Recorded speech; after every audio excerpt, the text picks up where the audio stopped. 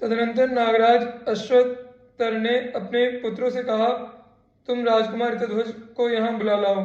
नागकुमार उन्हें लेकर गोमती के जल में उतरे और वहीं से खींचकर उन्हें पाताल में पहुंचा दिया। वहां वे अपने असली रूप में प्रकट हुए। ऋतध्वज नागलोक की शोभा देखकर चकित हो उठे। उन्होंने नागराज को प्रणाम किया। नागराज ने आशीर्वाद देकर ऋतध्वज का भलीभांति स्वागत सत्कार किया। भोजन के पश्चात सब लोग एक साथ बैठकर प्रेमालाप करने लगे। नागराज ने मदालसा के पुनः जीवित होने की सारी कथा उन्हें कह सुनाई। फिर तो उन्होंने प्रसन्न होकर अपनी प्यारी पत्नी को ग्रहण किया। उनके स्मरण करते ही उनका प्यारा अश्व वहां आ पहुंचा। नागराज को प्रणाम करके वे मदालसा के साथ अश्व पर आरूढ़ हुए और अपने नगर में चले गए। वहां उन्होंने मदालसा के जीवित होने की कथा सुनाई। मदालसा ने भी सास ससुर के चरणों में प्रणाम किया। नगर में बड़ा भारी उत्सव मनाया गया। कुछ काल के पश्चात महाराज शत्रुजित परलोकवासी हो गए। ऋतध्वज राजा हुए और मदालसा महारानी। मदालसा के गर्भ से प्रथम पुत्र उत्पन्न हुआ। राजा ने उसका नाम विक्रांत रखा। मदालसा यह नाम सुनकर हंसने लगी। इसके बाद समयानुसार क्रमशः 2 पुत्र और हुए। उनके नाम सुबाहु और शत्रुमर्दन रखे गए। उन नामों पर भी मदालसा को हंसी आई। इन तीनों पुत्रों को उसने लोरियां गाने के व्याज से विशुद्ध आत्मज्ञान का उपदेश दिया। बड़े होने पर वे तीनों ममता शून्य और विरक्त हो गए। तत्पश्चात रानी मदालसा के गर्भ से चौथा पुत्र उत्पन्न हुआ। जब राजा उसका नामकरण करने चले तो उनकी दृष्टि मदालसा पर पड़ी।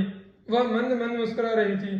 राजा ने कहा, मैं नाम रखता हूं तो हंसती हो, अब इस पुत्र का नाम तुम ही रखो। मदालसा ने कहा, जैसी आपकी आज्ञा। आपके चौथे पुत्र का नाम मैं अलर्क रखती हूँ। अलर्क, यह अद्भुत नाम सुनकर राजा ठठाकर हंस पड़े और बोले, इसका क्या अर्थ है? मदालसा ने उत्तर दिया, सुनिए, नाम से आत्मा का कोई संबंध नहीं है। संसार का व्यवहार चलाने के लिए कोई सा नाम कल्पना करके रख लिया जाता है। वह संज्ञा मात्र है, उसका कोई अर्थ नहीं। आपने भी जो नाम रखे हैं वे भी निरर्थक ही हैं। पहले विक्रांत इस नाम से अर्थ पर विचार कीजिए। क्रांति का अर्थ है गति। जो एक स्थान से दूसरे स्थान पर जाता है वही विक्रांत है। आत्मा सर्वत्र व्यापक है, उसका कहीं आना जाना नहीं होता। अतः यह नाम उसके लिए निरर्थक तो है ही, स्वरूप के विपरीत भी है। आपने दूसरे पुत्र का नाम सुबाहु रखा है। जब आत्मा निर्विकार है तो उसे बाह कहां से आई? जब बाह ही नहीं तो है तो सुबाहु नाम रखना कितना असंगत है।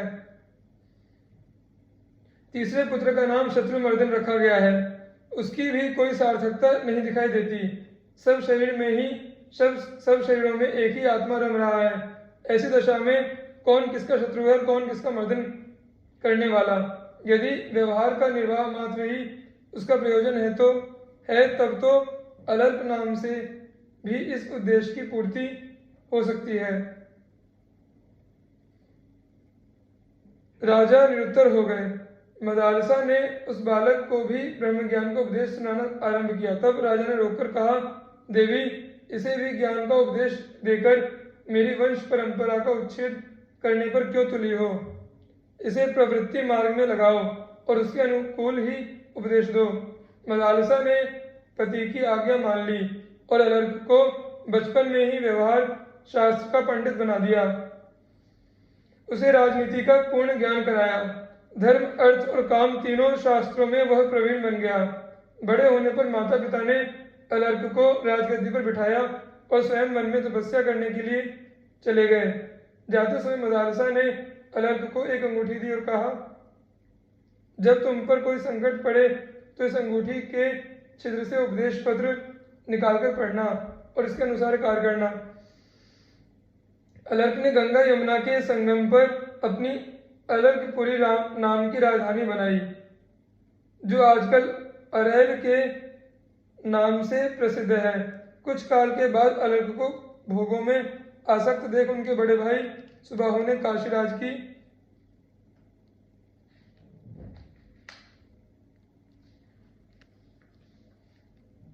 सहायता से उन पर आक्रमण किया। अलर्क ने संकट जानकर माता का उपदेश पढ़ा। उसमें लिखा था, संगः सर्वात्मना त्याज्यः सचेत्यक्तुं न शक्यते सद्भिः सह कर्तव्यः सतां संगो हि भेषजम् कामः सर्वात्मना हेयो हातुं चेच्छक्यते न सह मुमुक्षां प्रति तत्कार्यं सैव तस्यापि भेषजम्। संग आसक्ति का सब प्रकार के त्याग करना चाहिए, किंतु यदि उसका त्याग न किया जा सके तो सत्पुरुषों का संग करना चाहिए, क्योंकि सत्पुरुषों का संग ही उसकी औषधि है। कामना को सर्वथा छोड़ देना चाहिए, परंतु यदि वह छोड़ी न जा सके तो मुमुक्षा मोक्ष की इच्छा के प्रति कामना करनी चाहिए, क्योंकि मुमुक्षा ही उस कामना को मिटाने की दवा है।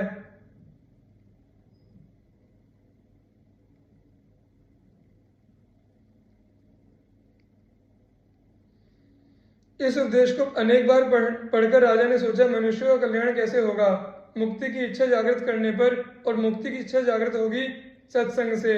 ऐसा विचार कर अलर्क ने महात्मा दत्तात्रेय जी की शरण ली और वहां ममता रहित विशुद्ध आत्मज्ञान का उपदेश पाकर वे सदा के लिए कृतार्थ हो गए। इस प्रकार महासती मदालसा ने अपने पुत्रों का उद्धार करके स्वयं भी पति के साथ परमात्मा चिंतन में मन लगाया और थोड़े ही समय में मोक्ष स्वरूप परमपद प्राप्त कर लिया। मदालसा अब इस लोक में नहीं है, किंतु उसका नाम सदा के लिए अमर हो गया। मार्कंडेय पुराण। यज्ञ पत्नियां। श्याम सुंदर, हमें बहुत भूख लगी है, कोई भी उपाय करो। गौओं ने भरपेट कोमल हरित तृण चरकर सुशीतल यमुना जल पी लिया था और अब वे वृक्षों की छाया में बैठकर नेत्रों को आधा बंद करके रोमंथ कर रही थी। कभी कभी उनकी पूंछें इधर उधर हिल जाती थी। चंचल बछड़े मयूरों बंदरों के पीछे दौड़ रहे थे और कुछ श्री कृष्ण चंद्र के समीप बैठे थे। एक ही शिला पर एक वृक्ष के नीचे श्री कृष्ण और बलराम दोनों विराज रहे थे। सखाओं ने पृथक जाकर परस्पर कुछ कानाफूसी की और अंत में एक साथ ही सब दोनों भाइयों के समीप आए। सबकी ओर से मधुमंगल ने प्रार्थना की। आज दोपहर का कलेऊ आया नहीं था। गायें चराते खेलते सब लोग बहुत दूर मथुरा की दिशा में चले आए थे। कलेऊ लेकर आने वाली गोपियां संभवतः बहुत ढूंढकर भी इन लोगों तक नहीं पहुंच सकी थी। वह देखो, थोड़ी दूर पर धुआं उठ रहा है। मुझे बाबा ने बताया है कि मथुरा के ब्राह्मण वन में आकर यज्ञ कर रहे हैं। उनसे जाकर कहो कि बलराम और श्री कृष्ण के लिए अन्न दो। ब्राह्मण अतिथियों का सत्कार करने वाले होते हैं। श्री कृष्ण ने एक और अंगुली से संकेत किया। सबके सब उधर ही दौड़ गए। द्विजोत्तम गण, आपको प्रणाम। हमें बलराम तथा श्याम ने भेजा है। वे दोनों बहुत भूखे हैं और हम लोगों को भी भूख लगी है। अतिथि सत्कार से आपके यज्ञ में कोई दोष नहीं आएगा। भूमि में लेटकर प्रणाम करने के अनंतर गोप बालकों ने प्रार्थना की। ब्राह्मणों ने उधर देखा तक नहीं। यह उपेक्षा देखकर वे निराश होकर लौट आए।